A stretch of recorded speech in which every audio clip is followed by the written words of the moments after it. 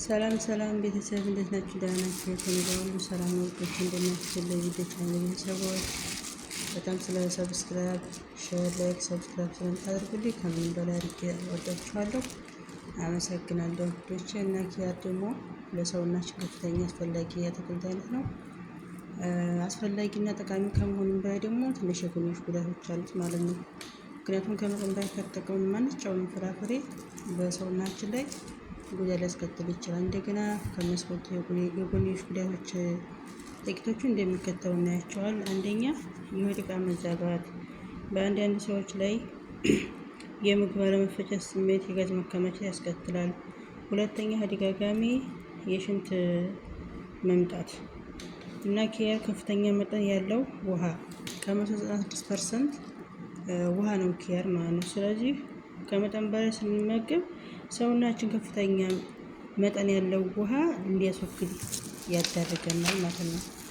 እንደገና ሶስተኛ ደግሞ የካልሽየም መጠን መጨመር ማለት ነው። ካልሽየም ኪያር ዋና የካልሽየም ምንጭ ስለሆነ ከመጠን በላይ ከተጠቀም በተለይ በአንዳንድ ሰዎች የኩላሊት በሽተኛ ታካሚዎች ሲሆኑ ሰዎች ላይ በጣም ከፍተኛ የካልሽየም መጨመር ያዳርጋቸዋል ማለት ነው። እንደገና ደግሞ የሆድ መነፋት ስሜት፣ የምግብ አለመፈጨት፣ የሆድ ቁርጠት እንደዚህ ችግሮችን ያስከትላል። አራተኛ አለርጂክ በአንዳንድ ሰዎች ላይ አልፎ አልፎ እንደ ሙዝ፣ ሀብሀብ ያሉ አለርጂክ ያለባቸው ሰዎችን የአፍ ውስጥ ማሳከክና የእብጠት ስሜት ይፈጥራል። እና ማንኛውንም አትክልት መጠቀም ያለብን በአግባቡ ነው። እና ኪያር ጠቃሚ ከመሆኑም በላይ ደግሞ እንደዚህ ያሉ የጎንዮሽ ጉዳት ያስከትላል እላችኋለሁ ውዶቼ። እና ማንኛውንም ነገር መጠቀም ያለብን በአግባቡ ነው። እሺ ውዶች። እና የኪያር ወይም የኮኮምበር የጎንዮሽ ጉዳቶቹ ይህን ይመስላል።